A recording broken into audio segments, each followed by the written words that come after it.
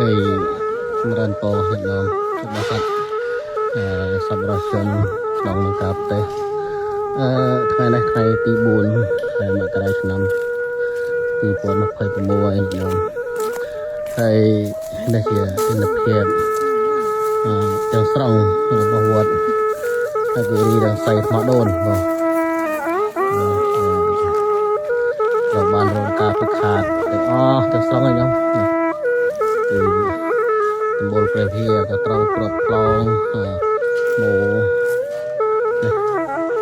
សតតែជាស្នាមគ្រាប់ទាំងអស់ខ្ញុំសោះសាច់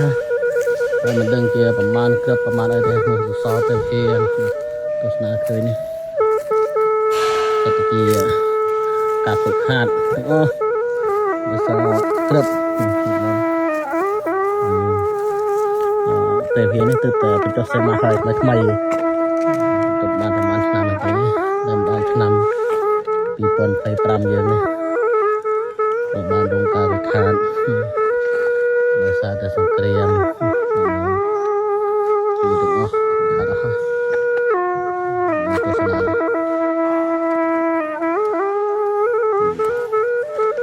ជាងសត្វតែស្នាមផងគ្រប់